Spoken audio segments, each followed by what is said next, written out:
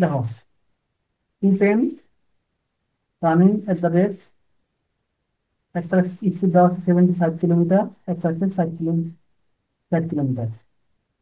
Parallel lane সমান্তরালভাবে চলতেছে in opposite direction, বিপরীত দিক থেকে। তাহলে দুইটা ট্রেন বিপরীত দিকে চলতেছে, একটা স্পিড কত? 75, একটা স্পিড হচ্ছে কত? ফাইভ। আর observe to pass each other 8 second. তাহলে একে অপরকে অতিক্রম করে কত সেকেন্ডে? Eight 8 second. Second And when they are running in the same direction, যখন একই দিকে চলতেছে,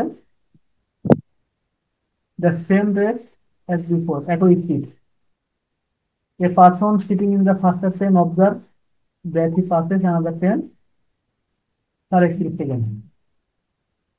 আচ্ছা, যখন দ্রুতগতির একটা ট্রেন থেকে কোনো ট্রেনকে অতিক্রম করবে, তার মানে শুধু যে ট্রেনের স্পিড কম সে ট্রেনের দৈর্ঘ্যটা আমরা বিবেচনা করবো।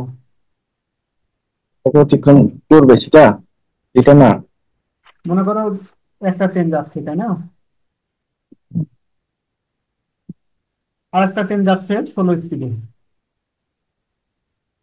এখন কোনো ব্যক্তি যখন উপলব্ধি করবে, সে করবে কোন ট্রেন থেকে? স্পিড ট্রেন থেকে, যে স্পিড বেশি বা ফাস্টার ট্রেন থেকে, ঠিক না? ফাস্টার ট্রেন হুম, থেকে সে তো নিজের ট্রেনটা উপলব্ধি করতে পারবে না, সে করবে কোনটা ট্রেনকে? হুম, হুম, বুঝতে পারছি। ষোলো ট্রেনের দৈর্ঘ্যটা বিবেচনা করবে।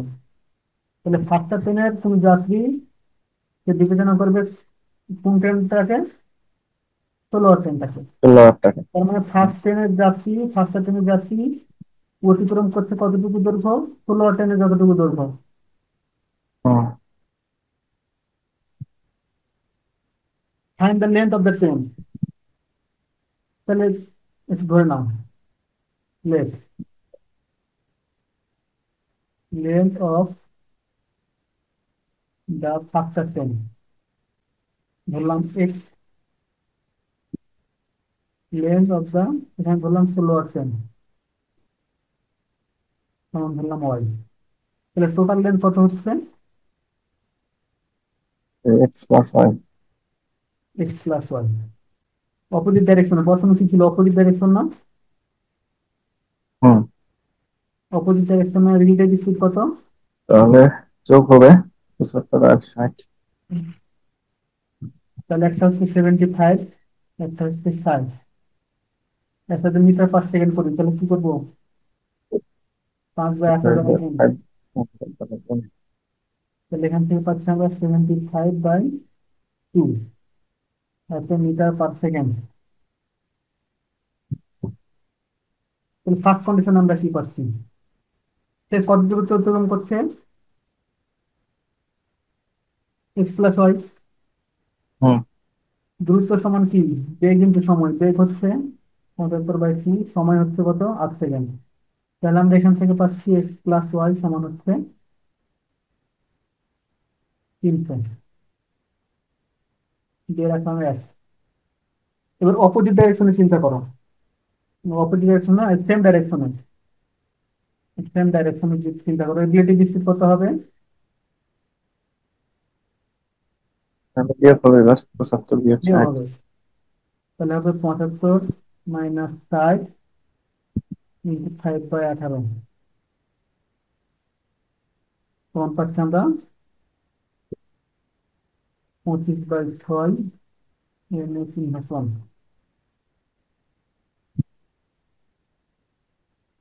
আচ্ছা, এবার সেকেন্ড কন্ডিশন আমরা কি পাচ্ছি?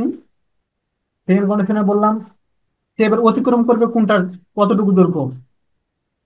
এখন অতিক্রম করবে তাহলে অতিক্রম করবে শুধু হচ্ছে ওইটা। ওয়াই, মানে যে যে ট্রেনের হুম, স্পিড কম সে ট্রেনের দৈর্ঘ্যটা শুধু অতিক্রম হচ্ছে। হুম, তাহলে ওয়াই সমান হচ্ছে কত? 25/6 ইন্টু সময় কত এখানে? একত্রিশ। 38 সেকেন্ড। তাহলে এটা একত্রিশ মানে 62, 63/2। এটা একটু এখানে করি, বা ওয়াই সমান এখান থেকে আমরা পাচ্ছি কত? ক্যালকুলেশন করলে পেয়ে যাবো 131.25। তাহলে ওয়াই এর মান পেয়ে গেলাম 131.25 মিটার অ্যান্সার। এবারে 1 হতে x সমান পাবো কত? 300 মাইনাস 131.25, তাহলে এখান থেকে হচ্ছে 168.75 মিটার। এটা অ্যান্সার হয়ে গেল। সবসময় মাথায় রাখতে হবে কি যে যখন ফার্স্টার 10 থেকে আমি অবজার্ভ করবো আমি অতিক্রম করতেছি 16 আর 10 ঘটা। প্রথমে বুঝতে পারিনি, আমি প্রথমে বুঝছি মনে হয় যে ব্যক্তিটা মনে হয় বাইরে, দুইটা ট্রেনের বাইরে ছিল। এখানে বলছে a person sitting in the ফার্স্টার 10, দেওয়া আছে বলে দিচ্ছে এই যে যে ব্যক্তি অবজার্ভ করতেছে সে কোথায় বসেছিল? মাস্টার ট্রেনে। ফার্স্টার 10।